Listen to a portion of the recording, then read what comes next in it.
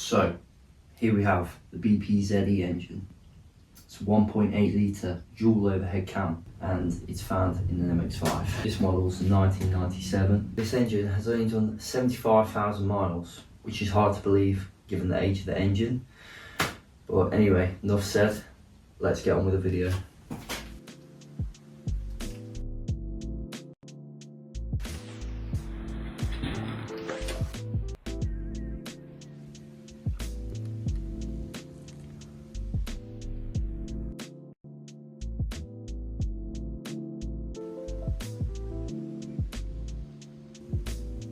So I have just bought this engine for just £200. I've got to say, I have spent £200 on worse. The plan with this is to rebuild it with forged internals, freshen up the exterior, last but not least, slapping a turbo on it and giving it some real power. After whipping the cam cover off and checking the condition of the cam lobes, it did give me some hope for the rest of the engine. This is because when we bought the engine, we were told there was a knocking from the bottom end. Damage connecting rod shells, aka rod knot, causes low oil pressure, meaning the cams don't get proper lubrication. In scientific terms, your engine is fucked. So right here, we're removing the front idler pulley and the power steering pump in order to gain better access to the power steering pump bolt. First, we're going to remove the exhaust manifold heat shield.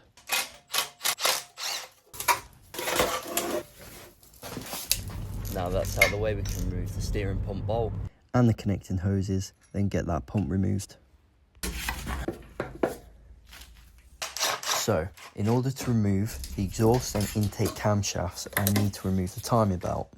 This is because the timing belt keeps all the gear trains synchronized together, so I guess you could say the belt has a pretty important job.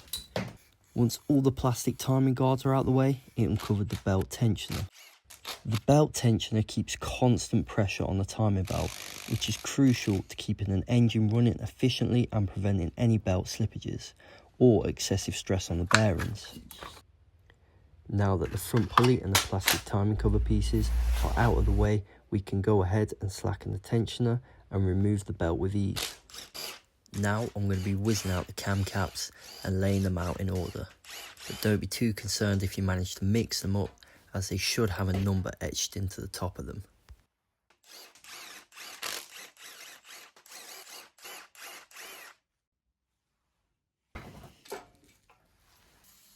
Surprisingly, these exhaust manifold nuts came off a lot better than I expected.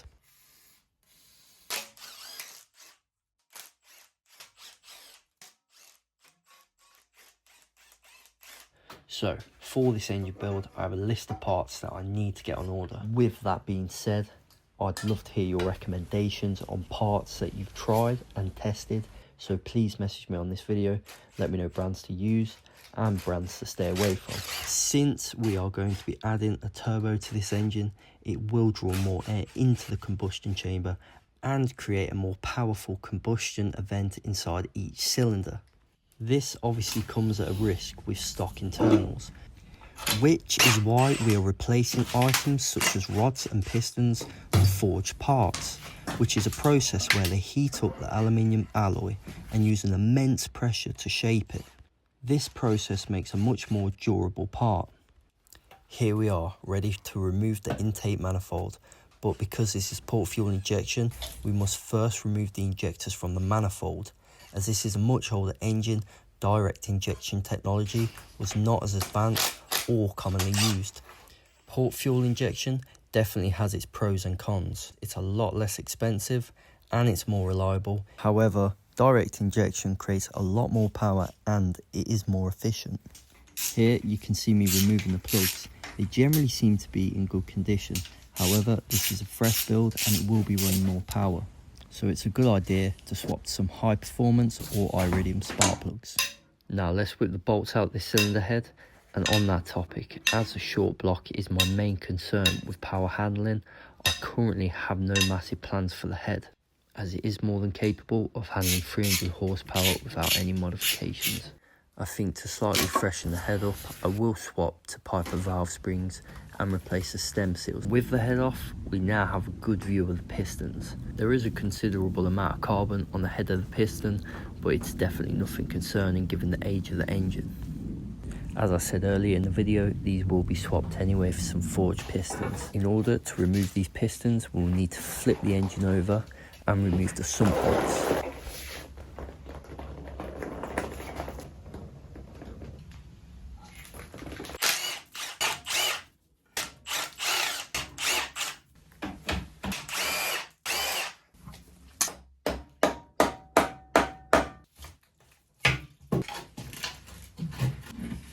The oil pump will need to be removed as well. This pump contains sintered gears and they are known for shattering under high RPMs.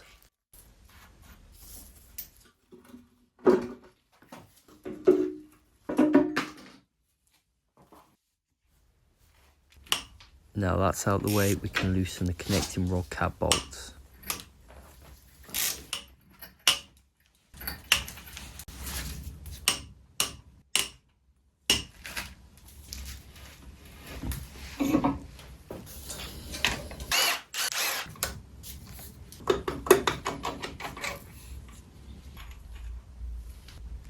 And wow, we can definitely see some delamination on the big end shells.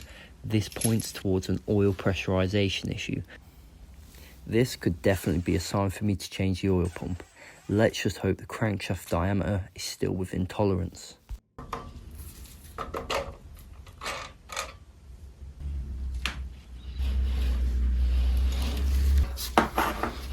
A quick tip to pushing the pistons out is giving the top land a quick clean, as the carbon will make it very difficult to remove the piston.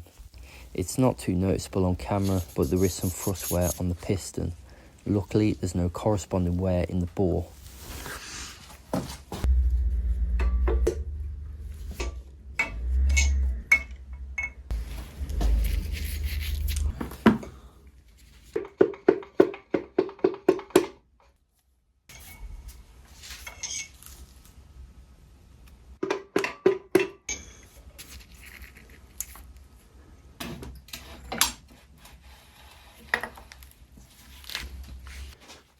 Finally, it's time to remove the main cap bolts and take out the crankshaft. So far, I can't see any signs of scoring, so hopefully with a quick polish, we can reuse this crankshaft.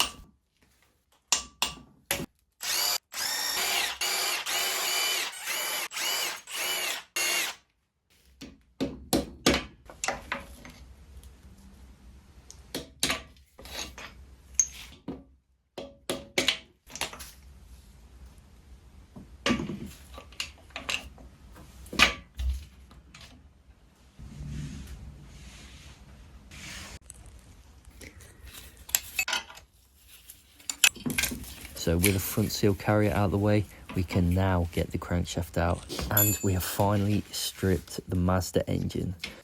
So if you've liked this video and you want to follow the MX-5 build, please hit the like and subscribe. Thank you.